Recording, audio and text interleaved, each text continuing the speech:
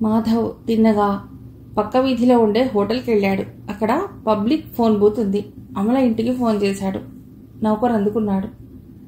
మాధవ్ పేరు వినగానే అయ్యగారికి చెప్తాను, ఆగండయ్యా అన్నాడు. 10 నిమిషాలకంతా అమల తండ్రి రాజేంద్ర ఫోన్ అందుకున్నాడు. రాజేంద్ర ప్రసాద్ను మాట్లాడుతున్నాను. నేనండి, మాధవ్ను. ఓ మాధవ్, కులాసానా? కులాసాగానే ఉన్నానండి.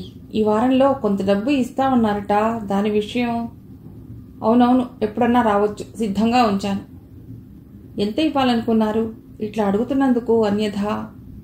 నోనో, నేను ఎంత ఇవ్వాలనుకున్నానో గాని మీ నాన్నగారు 75,000 అడిగారు ప్రస్తుతం. మాధవ్ అవాక్కైపోయాడు. మాధవ్ ఉన్నావా? ఆయన ఆత్రంగా అడిగాడు. ఉన్నానండి. ఏ ఇంకొంచెం ఎక్కువ కావాలా? 1 చేయనా? థ్యాంక్స్, వద్దండి. సరే వినండి, మీరు పెద్దలు అయినా నాకు ఒక వాగ్దానం చేయాలి. ఏమిటో అది? అంత ఇదిగా మాట ఇవ్వలేను. చాలా చిన్న విషయం. ఈ వాగ్దానం చేయటం ద్వారా మీరు ఏ నియమాలను తప్పరు. మీరిచ్చే డబ్బు 1 రూపాయి కూడా ఎవ్వరికీ ఇవ్వకూడదు. ఏదిచ్చినా నాకే ఇవ్వాలి. ఒప్పుకుంటారా? మాధవ్ ఆవేశంగా మాట్లాడుతున్నాడు. ఎందుకు? ఏమైంది? ఆత్రంగా అడిగాడు. ఏమీ కాలేదు. మా ఇల్లు రిపేర్ చేయించాలి కదా, రిపేర్ అవుతున్న కొద్దీ డబ్బు తీసుకుంటాను. రాజేంద్ర ప్రసాద్ పెదిమల్లో సన్నటి వక్రమైన నవ్వు చోటు చేసుకుంది. కుర్రవాడు తెలివిగలవాడే. రిపేర్ అయ్యే కొద్దీ డబ్బు తీసుకుంటాడట. తండ్రికి మించినవాడుగా ఉన్నాడు. చూద్దాం అదెంత అవుతుందో. అలాగే, మాట ఇస్తున్నాను. కానీ ఆ రిపేర్కు ఎంత డబ్బు తయారుగా ఉంచమంటావు? ఇంట్లో అంత డబ్బు ఉంచను, బ్యాంకులోంచి తీయాలి అన్నాడు. ఈ దెబ్బతో మాధవ్ వ్యక్తిత్వాన్ని అంచనా వేయొచ్చు. మేస్త్రిని పిలిపించి అడగాలి. ఎంత లేదన్నా 10-15 కావచ్చు. 2-3 వేలు అటు ఇటు ఉంచండి. తను సరిగ్గానే విన్నాడా? ఎంత? వినబడినట్లు అడిగాడు ప్రసాద్.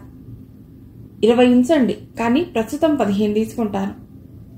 రాజేంద్ర ప్రసాద్ మొహం గంభీరమైపోయింది. ఇంతవరకు ఏ విషయంలో జోక్యం కలిగించుకోని మాధవ్ డబ్బు విషయం వచ్చేసరికి అంతా నాన్న చూసుకుంటారు అనే మాధవ్ ఇట్లా మాట్లాడుతున్నాడంటే అది ఎంతో ప్రోత్సాహకరంగా ఉంది. మాధవ్ అంత చాలా? మెల్లిగా అడిగాడు. చాలునండి, రేపు సాయంత్రం వచ్చినప్పుడు తీసుకుంటాను అని నాలుక ఖర్చుకున్నాడు. ఆయన అలాగే అన్నాడు. నమస్కారం అని ఫోన్ పెట్టేశాడు.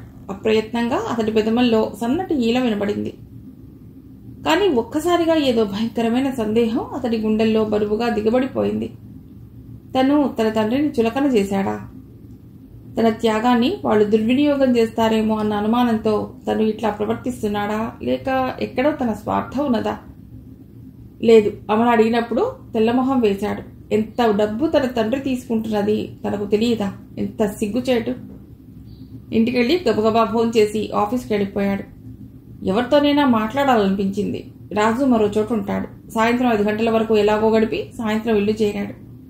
తను మామూలుగా ఉన్నట్లు పండ్లు కొనుక్కుని వెళ్ళాడు.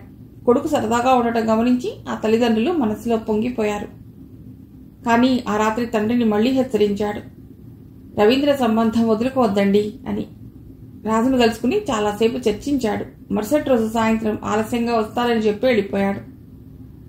రోజ్విల్లా చేరేసరికి 6:15 అయింది. ఈసారి ఆమె వచ్చి అతన్ని లోపలికి తీసుకుని వెళ్లలేదు. మరో గదిలోంచి గులాబీ తోటలోకి తీసుకుని వెళ్ళింది లక్ష్మి. అయ్యా, ఇక్కడ కూర్చోమన్నారు అని గార్డెన్ చైర్స్ చూపించింది. నక్షత్రాకారంలో ఉన్న చిన్న లాన్ అది. చుట్టూ గులాబీ మొక్కలు. కాలందువల్ల కొన్ని పువ్వులు మాత్రమే ఉన్నాయి. పక్కగా చిన్న ఎర్రరాతి మండపం. దాన్ని అల్లుకుపోయిన లతలు స్వాప్టిక జగత్తులోకి లాక్కుపోతున్నాయి. తనను లక్ష్మి గ్లాస్ నిండా బాదం ఖీర్ తెచ్చి ఇచ్చింది. అయ్యా తీసుకోండి, అమ్మగారు వస్తారు. లక్ష్మి వెళ్ళిపోయింది. ఒక సిప్ తీసుకుని ఆ సుందర మండపాన్ని చూస్తున్నాడు. ఎక్కడి నుంచో మంద్రస్వరంలో శ్రావ్యమైన రాగాలాపన వినబడింది. ఎక్కడో దూరాన, అతి దూరాన వినబడినట్లుగా ఉంది. కాస్త బిగ్గరగా వినవస్తే బాగుంటుంది అనుకున్నాడు. సితారు వాయిద్యం శబ్ద తరంగాల్లో మేళవించి చక్కగా పాడుతున్నారు. అతి సమీపంగా వచ్చినట్లు ధ్వనించింది పాట. అదొక చక్కటి భావగీతం. కలహంసి స్వరధునిలో, మలయాళిల మాధురిలో, ఆ మలయమారుతంలో, ఆ మధురమైన ఎనసీమలో, ఆ కోయిల పాటలో, జలజల పారే సెలయేటి నీటి సవ్వడిలో అతడి హృదయం రంజిల్లింది. పాట పూర్తయిపోయింది. అప్పటికి గాని అతడికి స్ఫురించలేదు. లోపల గదుల్లో ఎవరో టేప్ రికార్డర్ పెట్టుకున్నారు. కొంతసేపటికి అమల వచ్చింది. పళ్ళెల్లో గారెలు తెచ్చి బల్ల మీద పెట్టింది. మీకు పాట వినపడిందా? సారీ, పని మీద ఉన్నాను, వెంటనే రాలేకపోయాను. పర్వాలేదు. ఇది తాగుతూ పాట వింటూ ఉంటే మనస్సు హాయిగా అలా అలా తేలిపోయింది. ఒక మధురమైన స్వాప్టిక జగత్తులోకి తీసుకువడింది. ఎప్పుడైనా పూర్తి టేప్ వినాలి, వినిపిస్తారా? అలాగే, కానీ టేప్ కాదు, నేను పాడాను. అది మీ పాట? ఆశ్చర్యంతో అడిగాడు. అవును, వాయిద్య సంగీతం మాత్రం టేప్ చేసి ఉంచాను. నిన్న పాడమని అడిగారుగా అంది. అతడు కళ్ళు మూసుకుని ఆ గాన మాధుర్యాన్ని అనుభవిస్తున్నట్లు తల మెల్లిగా ఆడించాడు. థ్యాంక్స్, చాలా బాగా పాడారు. ఎక్కడైనా ప్రోగ్రామ్స్ ఇచ్చారా? రేడియోలో అప్పుడప్పుడు, అంతేగాని ప్రోగ్రాం అంటూ ఏమీ ఇవ్వలేదు. ఇంట్లో ఏదైనా ఫంక్షన్ జరిగితే పాడుతుంటాను. నాన్నగారు వాయిద్య బృందాన్ని పిలిపిస్తారు అంది. తీసుకోండి అని పళ్ళె ముందరికి తోసింది. మాధవ్ గారె తీసుకుని, మీరు కూడా తీసుకోండి. ఇందాకలే తీసుకున్నాను. మీరు నేను కోరినట్లు ఆలోచించారా? ఆమె సీరియస్గా ప్రశ్నించింది. మాధవ్ నవ్వాడు. ఇన్ని రోజులు ఆలోచించడం మానేశాను. తటస్థంగా ఉండిపోయాను. చివరికి ఆలోచించడం ప్రారంభించిన తర్వాత ఆ ఆలోచనల్ని అరికట్టలేకపోతున్నాను. ఒక్క అంశం మీద ఆలోచించి తగిన చర్య తీసుకోవటానికి ఈ 2 రోజులు పట్టాయి. చాలా థ్యాంక్స్ మీకు. ఇంతకు ఇంటి విషయం ఏం చేశారు? మాధవ్ మాట్లాడలేదు. ఆ విషయం దాకా తను రాలేదు. ఆ మాట చెప్పాలనుకున్నాడు, కానీ ఆమె అంతే. చూశారు, ఒక చిన్న ఈక్వేషన్ ఇచ్చాను, దాన్ని మీరు విడమర్చి చెప్పాలి అందామె. మిమ్మల్ని సున్నాగా ఉంచడం నాకు కూడా ఇష్టం లేదు. మీరు ఒక్కటి గ్రహించాలి. ఉన్నట్లుండి నేను ఇంత శ్రద్ధ తీసుకుంటే మా వాళ్ళు అపార్థం చేసుకుంటారు. అందుకే టైం కావాలి. ఆమె నవ్వింది. మూతికి కొంగు అడ్డం పెట్టుకుంది. తన కూర పన్ను నవ్వినప్పుడు బయటికొచ్చి అసహ్యంగా ఉంటుందని అట్లా అడ్డం పెట్టుకుంటుంది. మామూలు భాషలో చెప్పాలంటే, ఆ మామగారు, ఆ పిల్ల మందు పెట్టి మా అబ్బాయిని వాళ్ళ వైపుకు తిప్పేసుకున్నారు అని. అవును, చాలా జాగ్రత్తగా మసలాలి. ఎవరికెంత స్వార్థం ఉందో మెల్లిగా తెలుసుకుంటాను. స్వార్థం అందరికీ ఉంటుంది. మీ ఒక్కరిలో ఇంతవరకు లేదు. కానీ స్వార్థం హద్దు మీరకూడదు అంది అమల. మీ నాన్నగారికి చెప్పాను, డబ్బు నా చేతికే ఇవ్వాలని. అయితే మొట్టమొదటి అడుగు తెగించి వేశారన్నమాట. ఆ తర్వాత అడుగులు సునాయాసంగా పడిపోతాయి. మిమ్మల్ని అభినందిస్తున్నాను. థ్యాంక్స్. నిన్న అన్నారు ముఖ్యమైన విషయం మాట్లాడాలని. నాన్నగారితో మీ నాన్నగారు అన్నారట, డబ్బు తన దగ్గరే ఉంచుకుంటానని. మీకు ఈ డబ్బు గొడవలు తెలియబట. డబ్బుని జాగ్రత్తగా ఎలా వాడుకోవాలో కూడా తెలియదుట. నిజంగా మీ నాన్నగారి ఆర్థిక ఇబ్బందులు మీకు తెలియవా? తెలుసును. మేము ఉంటున్న ఇల్లు తాకట్టులో ఉంది. మా పెద్ద చెల్లి కుసుమ పెళ్లి చేయాలి. సాధారణ కుటుంబాల్లో ఉండే ఆర్థిక సమస్యలు మీకు తెలియకపోవచ్చు. ఎన్నో చిల్లర అప్పులున్నాయి. అంతేకాదు, ఈ ఉద్యోగం కోసం నేను దాదాపు 10,000 అప్పు చేశాను. నా ఫ్రెండ్ రాజు ఇచ్చాడు. ప్రతి నెల 200 చొప్పున తీర్చాలి. అదేలేండి, ఈ పెళ్లి మీ ఇష్ట ప్రకారం జరగటం లేదు కాబట్టి కోపంతో లేక నిస్పృహతో అని ఉంటారు. నాకు ఈ డబ్బు విషయాలేం చెప్పకండి. ఏమన్నా చేసుకోండి, మీ ఇష్టమని అంది మెల్లిగా. అవును, ఆ రోజుల్లో అట్లాగే అన్నాను. కానీ మనసు మార్చుకున్నాను. కనీసం నేను ఎంతవరకు అమ్ముడుపోతున్నానో కూడా నాకు. ప్లీజ్ అట్లా మాట్లాడకండి అంది బాధగా. అంతే కదా అన్నాడు విసురుగా. ఆమె మాట్లాడలేదు. సారీ, అట్లా అనను. సరే చెప్పండి. ఆ డబ్బు నేను తీసుకుని అవసరం ఉన్న దానికి వాడి మిగిలింది మన కోసం ఉంచుకోవాలి, అంతే కదూ? అవును, ఈ పెళ్లి ఎంత ఇష్టం లేకపోయినా మీరు ముఖ్య పాత్ర వహిస్తే మంచిది. వాళ్ళంతా ఎంత సొంతమైనా 3వ పార్టీయే కదా. అవును, ఒకనాడు మిగిలింది కూర్చుకుందామంటే ఏమీ మిగలకపోవచ్చును. ఇంకా ఏమైనా చెప్పాలా? మిమ్మల్ని చూస్తే నాకు చాలా జాలిగా ఉంది. ప్రతి ఒక్కరూ మిమ్మల్ని తోలుబొమ్మలా ఆడించడం చూస్తుంటే ఈ పరిస్థితి నుండి మిమ్మల్ని తప్పించడానికి 2 మార్గాలు ఉన్నాయి. చెప్పమంటారా? చెప్పండి. అంత ఉత్సాహం కనబరచలేదు. ఒకటి, చాలా రోజులుగా ఆలోచించాను. నాకు మరొకరి సహాయం కావాల్సి వచ్చింది. అన్నయ్యకు రాశాను. అర్థం చేసుకున్నాడు. చదవండి. ఆమె ఒక కవర్ తెచ్చి అందించింది. మాధవ్ దాన్ని అందుకుని అడ్రస్ చూశాడు. అమల పేరున ఉంది. తాపిగా అందులోని కాగితాన్ని తీసి చదవడం ప్రారంభించాడు. అతని మొహంలో మారే రంగుల్ని అతి జాగ్రత్తతో గమనిస్తోంది అమల. మాధవ్ది ఎంత సుందరమైన రూపం.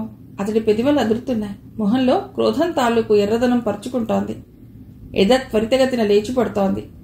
అతడు చదవటం పూర్తయింది. ఆ ఉత్తరాన్ని కసిదీరా నలిపి అమల వైపు విసిరి కొడుతూ కోపంతో అన్నాడు. అమల, ఏమిటిది? నీ లెక్కల బుర్ర అఖండమైందనుకున్నాను. ఇలాంటి సలహా ఇవ్వటానికి నీకెంత ధైర్యం? ఆజన్మాంతం నీ అప్పు తీరుస్తూ కూర్చోమంటావా? అమ్మా నాన్నలకు తెలియకుండా మీ అన్న నాకు డబ్బు ఇస్తాడా? ఆ డబ్బుతో నేను అప్పులు సప్పులు తీర్చి ఎవరినైనా పెళ్ళాడి చచ్చేదాకా కొద్ది కొద్దిగా డబ్బు మీ అన్నయ్యకు పంపుతుండాలా? ఆహా, అమోఘమైన మార్గం. కంగ్రాట్స్ నీ అతి తెలివికి వేళాకోళంగా అన్నాడు. అమల ప్రప్రథమంలో విసిరిపోయింది. ఆ తర్వాత అతడి ఏకవచన ప్రయోగం మొదటిసారిగా ఆమెలో అణగారి ఉన్న ప్రేమజ్యోతిని దేదీప్యమానంగా వెలిగించింది. ఆమె హృదయం ఆనంద తరంగాలపై ఓలలాడింది. ఆమె బాగా తల వంచుకుంది. తన హృదయంలోంచి పొంగి పొరలుతున్న ప్రేమను అతడు గ్రహిస్తాడేమోనన్న భయంతో తల బాగా వాల్చుకుంది.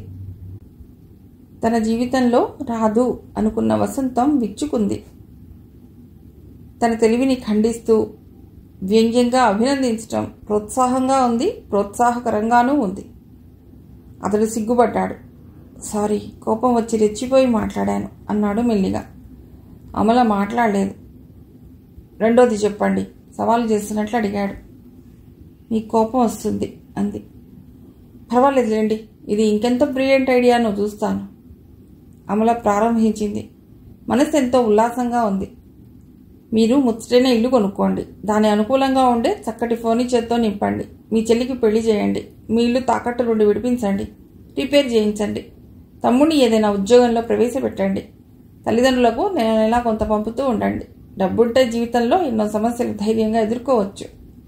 ఆమె ఇంకా ఏమైనా చెప్తుందేమోనని ఆత్రంగా చూశాడు. కానీ అమల వంచిన తల ఎత్తలేదు. బహుశా చిన్నప్పటి నుండి అది ఆమె బలహీనత కాబోలు. తన మొహం పూర్తిగా కనబడకూడదని అలా వంచుకుంటుందేమో. ధైర్యంగా తలెత్తి కళ్ళలోకి సూటిగా చూసి మాట్లాడదేం. మరి అన్నీ చెప్పావు, మరి నీ మాట నీవెక్కడుంటావు? ఈ ప్లాన్లో నీ పాత్ర?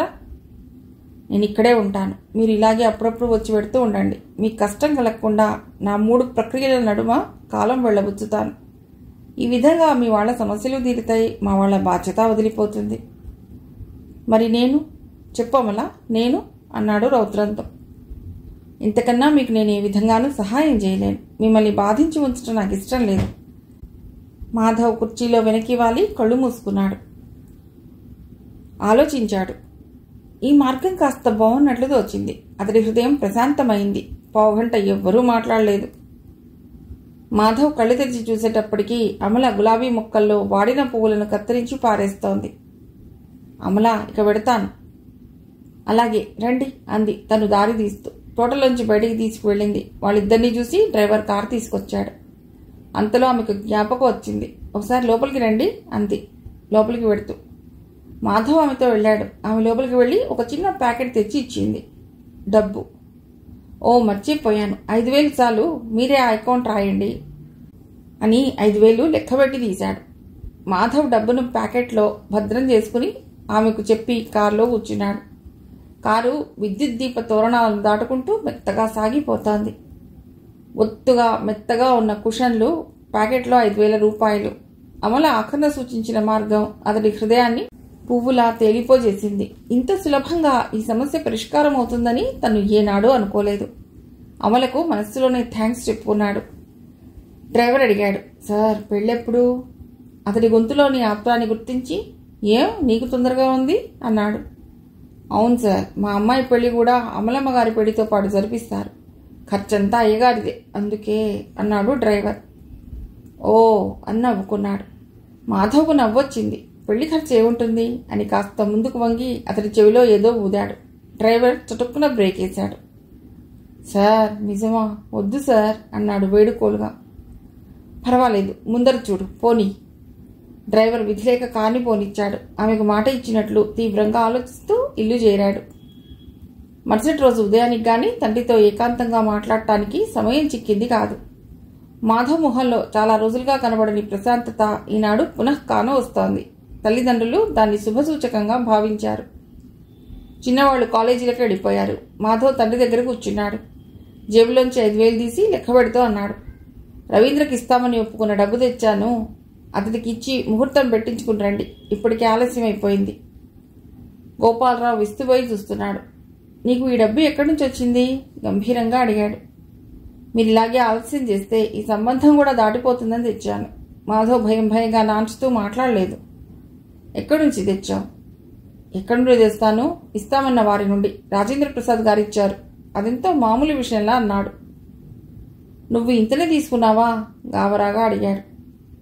అవును, మనకు ప్రస్తుతం కావాల్సింది 5,000 అన్నాడు దృఢంగా.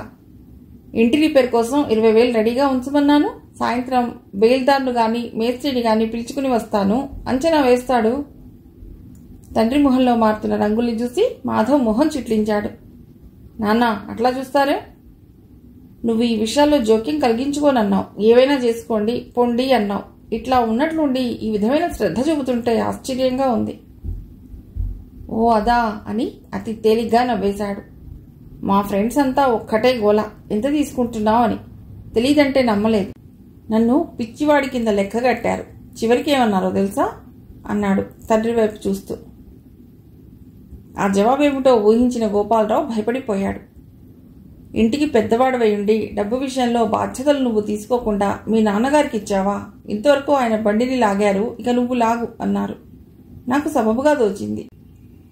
ఈ విధంగా నేను ఆలోచించకుండా అంతా మీ పెరుద్దడం నా వివేకం. మీకు ఇంకా ఈ రిపేర్ బాధ్యతలు పెళ్లి బాధ్యతలు అప్పగించడం నాకు ఇష్టం లేదు. కొన్ని పంచుకోవాలనుకున్నాను అంతే. కొడుకు మాటల్లో ఎంత యథార్థం ఉన్నదో అతడి మీదకు అందలేదు. వద్దు, నేనే చూసుకుంటాను, ఇదేమీ బరువైన పని కాదు అని అనలేడు. ఎందుకంటే తను మొన్నటి వరకు ఈ బాధ్యతల్ని వదిలించుకుని పారిపోవాలనుకునేవాడు లేమిలో. అప్పుల్లో ఉన్నవాడు అట్లా అనటం సహజమే కదా. ఊరకుంటే ఈ అవకాశం కూడా చేజారిపోతుందని తెచ్చుకోలు నవ్వొకటి బిగ్గరగా నవ్వాడు. నిజమే, నువ్వు పంచుకోవాలి, అంతకన్నా నేను కోరేదేం లేదు. కానీ డబ్బుంటే పని చేయించడానికి నాకు నీ సహాయం అక్కర్లేదు మాధవ్. పనివాళ్ళు ఉంటారు, నీకెందుకు ఈ బాధ్యతలు? ఇప్పటి నుండే నాలో శక్తి ఉంది. మాధవ్ చెప్పనివ్వలేదు. అలాగేనండి, మీరే చేయించండి, అన్నీ కొని తెచ్చి పడేస్తాను. మరి సాయంత్రం పడదామా రవీంద్ర ఇంటికి? ఆయన తల అడ్డంగా ఆడించాడు. అక్కర్లేదు, కట్నం డబ్బు పుట్టడం కష్టంగా ఉందని, కొన్నాళ్ళు ఆగాలని. ఆగలేకపోతే వేరే సంబంధం. నాన్న, చివరికి మీరు కూడా ఎప్పుడు రాశారు అన్నాడు. అతడి కళ్ళు నిప్పులు జరుగుతున్నాయి. నిన్న రాసి పోస్ట్ చేశాను. నీకెందుకు అంత కోపం? తండ్రిగా కుసుమకు ఎలాంటి సంబంధం బాగుంటుందో నాకు తెలుసు.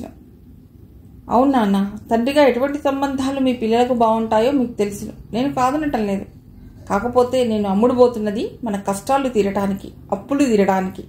ఈ సొంత ఇల్లు మీదే అని చెప్పుకోగలగటానికి, అంతేగాని దర్జాలకు సరదాలకు గొప్పలకు కాదు. మీరు అంటే ఇప్పుడే పడదాం. ఇంకా మీకు నా మాటలు నచ్చకపోతే సరే, ఉత్తరం చేరి ఉండదు, డబ్బు పట్టుకుపోతే. వద్దు అన్నాడాయన. తండ్రి ఇంకా ఏదో అనకముందే సరే మీ ఇష్టం అంటూ డబ్బు జేబులో పెట్టుకుని లేచాడు. అమల చెప్పినట్లు చేయటానికి అతిలోనే హంసపాదమైందని బాధపడ్డాడు. కానీ తను పంతాలకు పోయి తను వేసిన ప్లాన్ చేతులారా పాడు చేసుకోకూడదు. తనకు టైం కావాలి, మామూలు వాతావరణం కావాలి. కుసుమ పెళ్లి విషయం ఏమీ జరగనట్లే 2 రోజులు వ్యవహరించాడు. మరుసటి రోజు ఆదివారం తండ్రితో ఏం మాట్లాడాలో నిర్ణయించుకున్నాడు. మొదట ఇల్లు విడిపించాలి. మరుసటి రోజు భోజనానంతరం తండ్రిని అడిగాడు తాకట్టు విడిపించడానికి ఎంత కావాలని. బ్యాంకు వాళ్ళని అడిగి తెలుసుకున్నారా? ఆ మధ్య వెళ్ళి అనుకున్నాను. 31,000 చిల్లర అయింది. బాప్రే అని సన్నగా విజిల్ వేశాడు మాధవ్. సాయంత్రం వెళ్ళి తెస్తాను, రేపే వెళ్ళి కట్టేసి మన పత్రాలు తెచ్చుకుందాం అన్నాడు హుషారుగా. ఇద్దరం పెడదాం, మర్యాదగా ఉంటుంది. డబ్బు తీసుకునేవాళ్ళం, మనకేం మర్యాద నాన్న? ఆయన ఆరాలు తీసే రకం, మీరు మెల్లిమెల్లిగా చెప్పేసే రకం. మీరు ఊరుకోండి, నేను తెస్తాను. అంత డబ్బు ఇంటికి తేను. ఎంతైంది మొత్తం? పైసలతో సహా అంకె ఇవ్వండి, చెక్ రాయించుకుని తెస్తాను. విధి లేక ఆయన అంకె చెప్పాడు. మాధవ్ బ్యాంకు వివరాలు అంకె రాసుకుని కాగితాన్ని భద్రంగా జోబులో పెట్టుకున్నాడు. గోపాలరావుకు బాధగా ఉంది. తను ఎన్నో ఆశలు పెట్టుకున్నాడు. వీడు ఇలా మారిపోయాడేమిటి? వాడి స్నేహితులంతా అంతే, డబ్బు గలవారు కాదు, కట్నాలు గుంజుకుని దర్జాగా ఉన్నవాళ్ళు. కానీ మరుసటి రోజు తన చేతికి తాతల నాటి ఇంటి పత్రాలు రాగానే అతడి కళ్ళు చెమ్మగిల్లాయి. ఆ క్షణంలో కొడుకు మీద కోపం పోయింది. ఏం చేస్తాడో అన్న అనుమానం పటాపంచలయింది. మరో మాట కూడా తండ్రి చెవిన వేశాడు. నాన్న, రాజుకు ఇవ్వవలసిన డబ్బు ఇచ్చేశాను, అతడి బాకీ కూడా తీరిపోయింది. మంచిదే అన్నాడు పొడిపొడిగా. తండ్రి ఇలా ఉదాసీనంగా ఉండటం అతడికి నచ్చలేదు. ఏ నాన్న అలా ఉన్నారు? ఈ పత్రం చేతికొస్తే అన్నాడు ఆర్థంగా. ఓ అదా, అలాగే ఉంటుందిలేండి అన్నాడు సర్ది చెప్తున్నట్లు. కారణం అది కాదని మాధవ్కు తెలుసు. ఇద్దరూ బయటికి వచ్చారు. అప్పుడు అడిగాడు మాధవ్, అమ్మ గొలుసు కూడా విడిపిద్దాం నాన్న. పద, ఆ పై వీధిలోనే ఉంది సేటు దుకాణం. సేటు లెక్కగట్టి దాన్ని వీళ్ళు అర్థం చేసుకుని డబ్బు కట్టి గొలుసు తీసుకుని దాన్ని పరీక్ష చేయించి తూకం వేయించి అంతా సరిగ్గా ఉందని నిర్ధారణ చేసుకుని బయటకు వచ్చేసరికి గంట పైనే అయ్యింది. డబ్బు అవసరం అలాంటిది. నీకు ఆ రోజు డబ్బు కావాల్సి వచ్చి ఇది పెట్టి తెచ్చాను. ఇప్పుడు 800 ఇచ్చాడు. 2 కట్టి తెచ్చుకుంటున్నాం. గొలుసును విడిపించిన ఆనందం ఆ ఒక్క మాటలో తుడిచిపెట్టుకుపోయింది. ఆ రోజు నీకోసం. మాధవ్ ఇంకేం మాట్లాడలేదు. ఈ అప్పులన్నీ తన కోసమేనా? గొలుసు పత్రంతో తండ్రిని ఆటో ఎక్కించి కొంత చిల్లర అతడి చేతిలో ఉంచి మాధవ్ వెళ్ళిపోయాడు. ఆ సాయంత్రం ఇంటికి వెళ్ళి తల్లి మెడలో ఆ గొలుసు చూసి ఆనందించాలనుకున్నాడు. కానీ తల్లి కాఫీ అందిస్తుంటే అదే జిడ్డోడుతున్న తాడు కనబడింది. అమ్మా, గొలుసేది అని ఆత్రంగా అడిగాడు. కుసుమ మెడలో ఉంది. ఈ జిడ్డోడుతున్న తాడు బాగోలేదమ్మా అన్నాడు. అవును, పోనీ కొత్తది చేయించరాదా మాధవ్ అంది. మాధవ్ చకితుడయ్యాడు. వీళ్ళంతా ఎందుకిట్లా మారిపోయారు? తను యాచకుడైపోయాడు. ఎవరికోసం? తను అమ్ముడు పోయాడు. ఎవరికోసం? తను అడుక్కుని రావాలి, వీళ్ళ సరదాలు తీర్చాలి, దర్జాగా ఉండటానికి డబ్బు ఇవ్వాలి. మాధవ్ బయటికి వెళ్ళిపోయాడు. అతడికి పదే పదే ఒక విషయం గుర్తుకొస్తోంది. కొందరు తల్లిదండ్రులు డబ్బు కోసం ఆడపిల్లల్ని పొడుపు వృత్తిలోకి దింపి వారి ద్వారా తమ అవసరాలు తీర్చుకుంటారు. అలాంటి వారు కూడా ఉంటారా అనిపిస్తుంది. కానీ తన పరిస్థితి మాత్రం ఏం మెరుగు? తనను ఎరచూపి డబ్బు తీసుకుని వారి సరదాలు అవసరాలు తీర్చుకోవాలనుకుంటున్నారు. ఇంకా వీళ్ళ కోరికలు ఎలా ఉంటాయో. రాత్రి భోజనానంతరం కేశవ్ సరదాగా అన్నాడు, అన్నయ్య, అప్పులన్నీ తీర్చేసేవటగా నాకు ఒక స్కూటర్ కొనిపెట్టు. స్కూటర్ నీకు ఇప్పుడు అనవసరం. చక్కగా చదువుకో. మంచి ఉద్యోగం అయితే నువ్వే కొనుక్కోవచ్చును అన్నాడు సీరియస్గా. అన్న నుండి అటువంటి జవాబు ఆశించని కేశవ్ కనుబొమ్మలు ముడిపడినాయి. ఆ తర్వాత మరెవ్వరూ మాట్లాడలేదు. మరుసటి రోజు ఇంటి మరమ్మత్తు పని ప్రారంభమైంది. రాజేంద్ర ప్రసాద్ పలుకుబడితో సిమెంట్ బస్తాలు దొరికినాయి. మరమ్మత్తు చేసి ఆ ఇంటిని ₹1 దేవటానికి 10 రోజులు పట్టాయి. సున్నాల పని మాత్రం మిగిలిపోయింది. సిమెంటు ఆరాలన్నాడు మేస్త్రి. మాధవ్ అంచనా సరిగ్గానే వేశాడు. 20,000కు కాస్త తక్కువైంది. గోపాలరావు పైపైకి అతి శ్రద్ధగా సూపర్వైజ్ చేస్తున్నాడిలా ఉన్న అంతరాంతరాల్లో అతడిలో బాధగా ఉంది. కొడుకు తనను కట్టిపడేశాడు. రాజేంద్ర ప్రసాద్ను కలుసుకోవద్దని, డబ్బు తీసుకోవద్దని చెప్పేశాడు. తన చేతిలో పెట్టుకుని రిపేర్ చేయించడంలో అతడి ఉద్దేశం కనిపెట్టేశాడు. అందంగా ఉన్న కొడుకును ముందర పెట్టి బాగా డబ్బుని గుంచాలనుకున్నాడు. మాధవ్ను అమాయకుడిని చేసి మిగతా 3 పిల్లల్ని బాగా పైకి తేవాలనుకున్నాడు. కానీ తన ఆశలన్నీ అడియాసలైపోయాయి. ఆ సాయంత్రం ఇల్లంతా ఓ మారు తనిఖీ చేసి ఎంతో సంతోషంతో అన్నాడు, సున్నం కొట్టిన తర్వాత చాలా చక్కగా ఉంది నాన్న. పాతకాలం ఇల్లు కాబట్టి గదులు విశాలంగా ఉన్నాయి. చూరు ఎత్తుగా ఉంది. కిటికీలే చిన్నవిగా ఉన్నాయి. అవును, ఆ పక్క మీకోసం గదులు కట్టించాలనుకున్నాను. అప్పుడు పెద్ద కిటికీలు పెట్టించుకోవచ్చు. వద్దు నాన్న, ఇరుగ్గా ఉంటుంది. నేను వేరేగా ఇల్లు తీసుకుని ఉంటాను. అద్దెకా అన్నాడు ఆశ్చర్యాన్ని కప్పిపుచ్చుకుంటూ గోపాలరావు. ప్రస్తుతం అద్దెకే. అయితే వేరుగా ఉంటావన్నమాట. అవును, అంతా కలిసి ఉండటం కష్టం. ఈ ఇల్లు చాలదు. అందరం ఒకే చోట ఉంటే ఏవో మనస్పర్ధలు వస్తుంటాయి. కాఫీ తాగటానికి వెళ్ళిపోయాడు. అయిపోయింది. తను అనుకున్నంతా అయిపోయింది. ఈ వారం రోజుల్లో మాధవ్ చిన్న చిన్న అప్పులు కూడా తీర్చేశాడు. ఇంట్లో అత్యవసర వస్తువులన్నీ కొన్నాడు. అతడి బాధ్యతలన్నీ అయిపోయినాయి. ఇక అందరినీ వదిలించుకుంటాడు. అంతే. కాఫీ తాగి బయటకు వెళ్ళిపోయాడు. మాధవ్ మారిపోయాడండి అంది తల్లి భర్తతో. అవును, దీన్ని మోసం అంటారు. స్వార్థంతో మనం మన ఉన్నతిని గురించి ఆలోచించుకున్నాం. అతడిని, అతడి భార్యను అలా దూరంగా ఉంచేయాలనుకున్నాం. ఆమె ఖండించింది.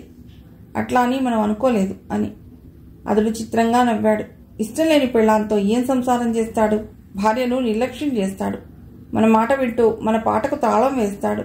మన చేతిలో డబ్బంతా ఉంటుంది. అతడికి ఏది పట్టకుండా స్వేచ్ఛగా ఉండేలా చేయాలనుకున్నా. ఇదంతా పైకి మనం అనుకోలేదు. కానీ భార్య అనామకురాల్లా పడి ఉంటే ఆమెపై ద్వేషం పెంచుకుంటూ మన చెప్పు చేతుల్లో ఉండకపోతాడా అనుకున్నాం. కానీ అతడికి స్నేహితులు బాగానే నూరిపోశారు. నాకు ఒక్కటే దిగులు పట్టుకున్నది, కుసుమకు సుమారైన సంబంధం తేవటం ఎట్లా అని. అంతగా అయితే ఇల్లు అమ్మేద్దాం. అతడు పెదిమలు విరిచి తల ఆడించాడు. అమ్మటానికి వీల్లేదు. అమ్మితే ఎక్కడ ఉందాం అనుకుంటున్నావు? చిన్న ఇల్లు అద్దెకు తీసుకుందాం. మంచి సలహాయే, కానీ ఇది నేను కట్టించిన ఇల్లు కాదు. నీకు ఒక విషయం చెప్పడానికి మర్చిపోయాను. ఈ ఇల్లు నా పేరున లేదు. తాతగారు పోయేటప్పుడే వీళ్ళిద్దరి పేరున పెట్టారు. మా నాన్న చిన్న వయసులో పోవటం, నాది చిన్న ఉద్యోగం అని ఈ పని చేశారు. అమ్మే ఆలోచన లేకుండా చేశారు. ఆమె గుడ్లప్పగించి చూస్తోంది. చెల్లి పెళ్లి కోసం ఒక 25,000 ఇవ్వలేడా? ఇవ్వడు. వాడికి ఉన్నట్లుండి ఎక్కడ లేని తెలివి పుట్టుకొచ్చింది. రవీంద్ర సంబంధాన్ని వద్దన్నామని కోపం బయటికి కనపడ్డు. కట్నం డబ్బు అందుకున్నప్పుడు అతడు పిచ్చి అని బిగ్గరగా నవ్వాడు. తనే తీసుకుంటాడట. నన్ను ఆయన దగ్గరికే వెళ్ళొద్దన్నాడు. ఆమె అవాక్కై నోరు వెళ్ళబెట్టుకుంది. వాళ్లే దాచేశారు. వాణ్ణి తమ వైపు తిప్పుకున్నారు. డబ్బు ఎగేస్తారేమో. నిస్సందేహంగా ఇరువురు చాలాసేపు మౌనంగా కూర్చున్నారు. ఎవరి ఆలోచనలు వారివి. కానీ ఒకందుకు ఆనందించారు. అప్పులన్నీ తీర్చాడు. ఈ ఇంట్లో నిశ్చింతగా ఉండవచ్చు. మాధవ్ అమల దగ్గరకు వెళ్లి పక్షం రోజులైంది. ఆ రోజు అమల తల్లిదండ్రులు అమల మాట్లాడుకుంటున్నారు. మాధవ్ మోసం చేస్తాడా తల్లి? మొత్తం ఎంత అయింది? 70కి దగ్గర అంది అమల. ఆయన ఆలోచిస్తూ తలపంకించారు. నీకేమనిపిస్తోంది? అతడు మోసం చేశాడంటే ఈ 70,000 కోసం దేవుళ్ళాడటం అవమానకరం. నిన్న ఫోన్ చేసి చెప్పాడు. చిన్న ఇంటి కోసం ప్రయత్నిస్తున్నాడట. రాజేంద్ర ప్రసాద్ అన్నాడు. తల్లి అంది. కొంటానికా? కాదు, అద్దెకు. అమల లోపల ఆనందించింది. తను చెప్పినట్లు చేస్తున్నాడు. అసలు విషయం తల్లిదండ్రులకు తెలియదు. పెళ్ళయ్యాక తెలుస్తుంది. అప్పుడు వద్దనలేరు. ఇక ఆలస్యం దేనికి? త్వరగా చేసేద్దాం అంది తల్లి. అవును, రేపు రమ్మని ఫోన్ చేస్తాను. ముగ్గురు భోంచేసి ఆవలికొచ్చారు. లక్ష్మి హడావుడిగా వచ్చింది. బాబుగారు వచ్చారమ్మా. అది చెప్పే తీరులో తెలుసుకున్నారు. బాబుగారు అనటం అమలకే చెప్పటం. అప్రయత్నంగా వాల్ క్లాక్ కేసి చూశారు. 8:30. ముగ్గురు ముందరి గదిలోకి వచ్చారు. అతని నమస్కారాన్ని అందుకుంటూ కూర్చో కూర్చో, 100 ఏళ్లు. పత్తాలేడనుకున్నారా? ఊరగా అమల వైపు చూశాడు. పెద్దవాళ్ళిద్దరూ వెకిలిగా తేలిగ్గా నవ్వేశారు. అమల తల వంచుకుంది. మాధవ్ ముఖం గంభీరమైంది. ఒక విషయం చెప్పడానికి వచ్చాను. మీకు షాకింగ్గా ఉంటుంది, కానీ తప్పదు. భార్యాభర్తలు పరస్పరం చూసుకున్నారు. గంభీరంగా ఉండిపోయారు.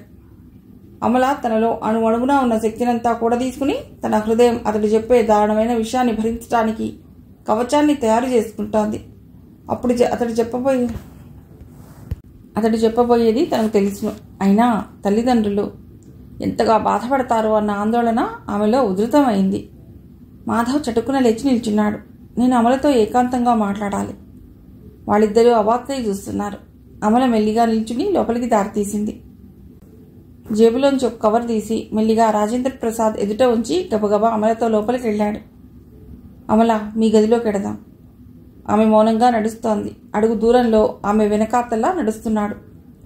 చామన ఛాయ కన్నా మెరుగైన ఆమె రంగుకు ముక్కు పొడవు రంగు పాలియస్టర్ చీర బాగా నప్పింది. మెడలో సన్నటి గొలుసు మెరుస్తోంది. ఆమె చెవుల్లో రవ్వల దిద్దులున్నాయి. కానీ తనకు దాని వెనక భాగం మరమాత్రం కనబడుతోంది. వెనకాతలుగా ఎంతో బాగుంది. కానీ అనుకున్నాడు. గదిలో అడుగుపెట్టగానే ఆమె లైట్ వేయబోయింది. అమల, అట్లాగే నించో. నేను చెప్పేది విను. నేను వెంటనే నిన్ను రిజిస్టర్ మ్యారేజీ చేసుకోవాలనుకుంటున్నాను. సరేనా అన్నాడు ఆత్రంగా. అతడి చేతులు ఆమె భుజాలను పట్టుకున్నాయి. ఆ మాటలకు ఆమె ఆశ్చర్యం నుండి తేరుకోకముందే అతడి స్పర్శ ఆమె శరీరం బిగిసినట్లు అయిపోయింది. అమలా, అను. ఆమె భూమిని అంటుకున్నట్లు గట్టిగా నిల్చుని మెల్లిగా అంది. అతడు చటుక్కున ఒక్క ఊపున తన వైపుకు తిప్పుకున్నాడు. ఆమెను హృదయానికి హత్తుకున్నాడు. ఆమె చేతులు అతడి మెడను అల్లుకుపోయాయి. అతడి అనురాగ వెల్లువలో ఆమె కరిగిపోయింది. అడుగుల సవ్వడిలో ఇరువురు ఎడమయ్యారు. ఆమె ముందుకు వెళ్లి లైట్ వేసింది. గదిలోకి ఎవ్వరూ రాలేదు. మాధవ్ కూడా ముందుకెళ్లి సోఫాలో కూర్చున్నాడు.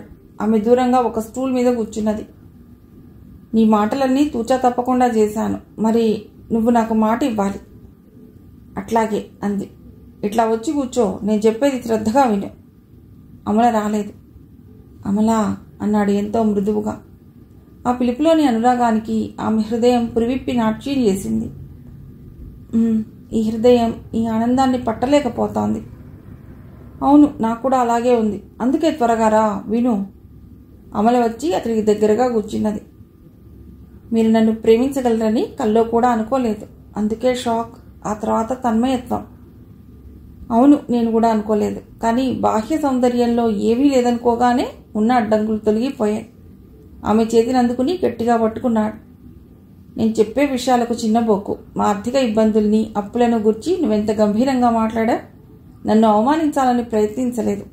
అలాగే నేను మాట్లాడే విషయాన్ని నీ మ్యాథ్స్ బుర్రతో సరైన కోణంలో ఆలోచించాలి, సరేనా? అంది. ఏమిటో అది అన్న ఉత్సుకతతో. అమలా, నువ్వు ఇంతవరకు అందంగా కనపడాలని ప్రయత్నం చేయలేదా? ఆమె కిలకిలా నవ్వింది. ఆమె నవ్వు వినటం అదే ప్రథమం. కల్మషం లేకుండా హాయిగా నవ్విన నవ్వది. భలే ప్రశ్న. కనుబొమ్మ కింద నుండి పూర్తిగా చెక్కిల్ని కప్పే ఈ మచ్చతో అందంగా ఉండాలని ఎట్లా ప్రయత్నించను? నవ్వరు, ఆ మాత్రం తెలీదా అన్న ధోరణిలో ఉంది. మచ్చ సంగతి కాదు, రేపు అంటే రేపే ఆ డెంటిస్ట్ దగ్గరికి వెళ్ళి ఆ పన్ను సంగతి చూడు. వాడికేం లాగి పారేస్తాడు, మిగిలేది మరో అవకరం, తొర్రి. అమల మళ్ళీ నవ్వింది. చాలే, నన్ను ఫూల్ చేయాలన్నా వేరే పన్ను పెట్టేస్తాడు. ఏ?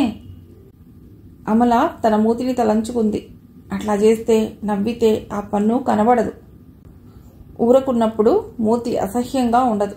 బాగానే ఉన్నదనుకుంది. సరే అంది ఉత్సాహంగా. బ్యూటీ పార్లర్కు వెళ్ళి నుదుటిని కప్పుతూ పెరిగిన వెంట్రుకల్ని తీయించేసుకో. మామూలుగా అయితే అంతా చేయించుకుంటారట, సరేనా?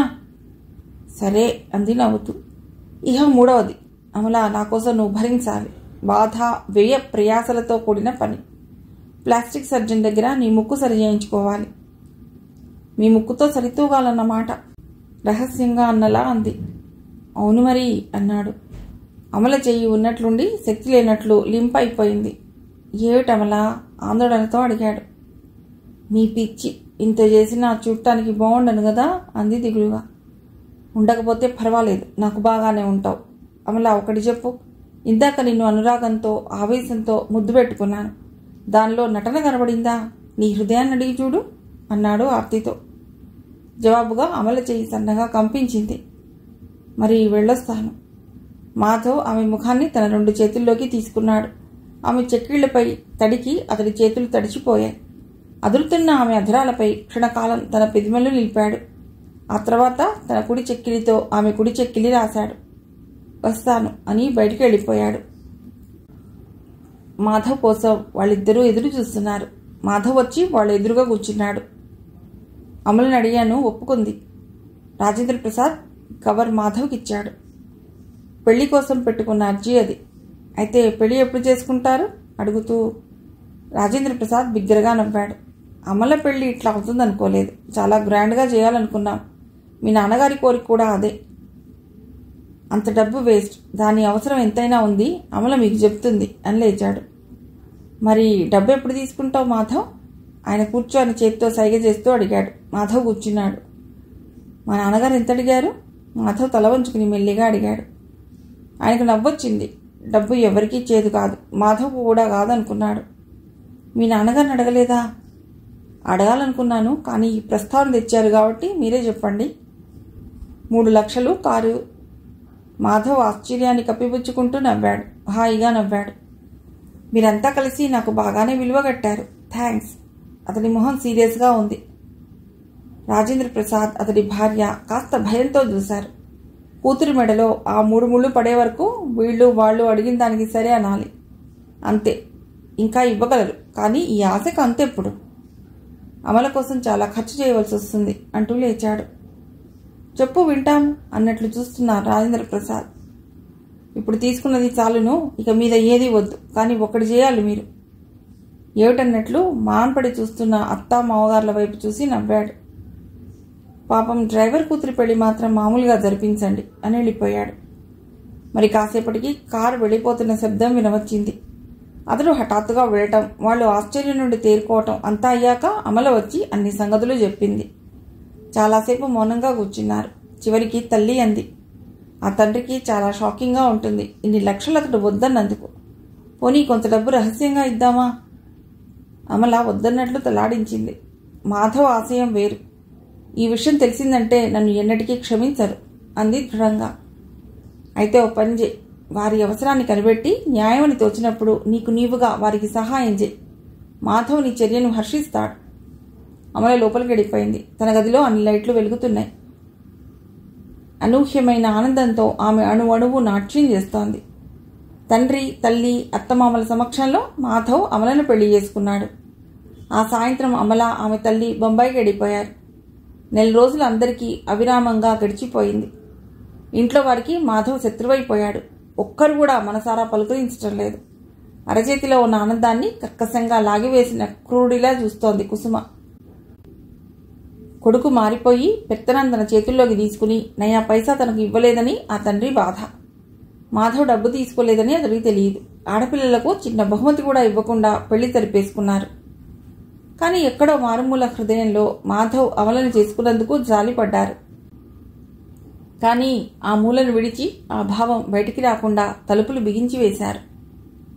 రాజేంద్ర ప్రసాద్, మాధవ్లు ఇల్లద్దెకు తీసుకున్నారు. దాన్ని వస్తువులతో అమర్చాలనుకున్నారు. కానీ మాధవ్ వద్దన్నాడు. అమలకు ఇష్టమైనట్లు అమర్చుకోనివ్వండి, ఏది కావాలో తను నిర్ణయించుకుంటుంది. ఆయన ఆ మాటకు పొంగిపోయాడు. బొంబాయి నుండి తరచూ ఉత్తరాలు వచ్చేవి. ఏదో ఒకటి తేల్చుకోవాలనుకున్నాడు తండ్రి. నీ భార్య రాగానే వేరే వెళ్ళిపోతావు, ఇల్లు కూడా తయారుగా తీసి పెట్టారు మీ మామ. మరి కుసుమ పెళ్లి మాట ఏం చేశావు? ఒక్క 10,000 ఉంటే అయిపోతుంది. మాధవ్ తండ్రి వైపు జాలిగా చూశాడు. నాన్న, నేను 70,000 తీసుకుని అన్నీ చేశాను. అంత చాలనుకున్నాను. నేనేం తీసుకోలేదు, వద్దన్నాను. గోపాలరావుకు గుండె అయినంత పని అయింది. లక్షలను వద్దన్నావురా, గర్జించాడు ఆయన. కొడుకును రా అని సంవత్సరాలు దాటిపోయాయి. మాధవ్ అతి కష్టంతో కోపాన్ని అణుచుకున్నాడు. నాన్న, నేనెంతో మాట్లాడగలను, మిమ్మల్ని ఎన్నో అనరాని మాటలు అనగలను, మీరు నా విషయంలో చేసిన తప్పులన్నీ ఎత్తి చూపగలను. కానీ అవన్నీ మీకు తెలుసు, నేను చెప్పనక్కర్లేదు. మన ఆర్థిక ఇబ్బందులు తీరాలనుకున్నాం. అందరూ సంతోషంగా ఉండి నేను అనామకుడినైపోయినా పర్వాలేదనుకున్నారు. కానీ మన తాహతుకు మించిన కోరికలతో నన్ను చులకన చేసి బేరం పెట్టి అమ్మారు.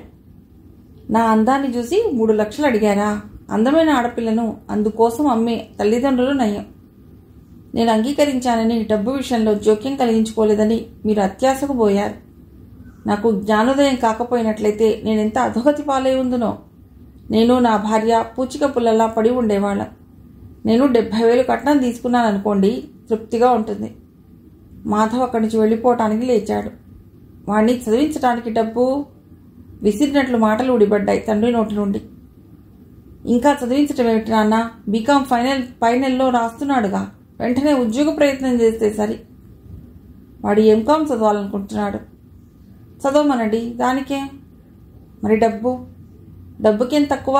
వాడికి కూడా మరో అమలలాంటి పిల్లని తెచ్చి చేస్తే సరిపోతుంది. ఎంకాం స్కూటర్ కాదు, PhD కారు కూడా వస్తాయి.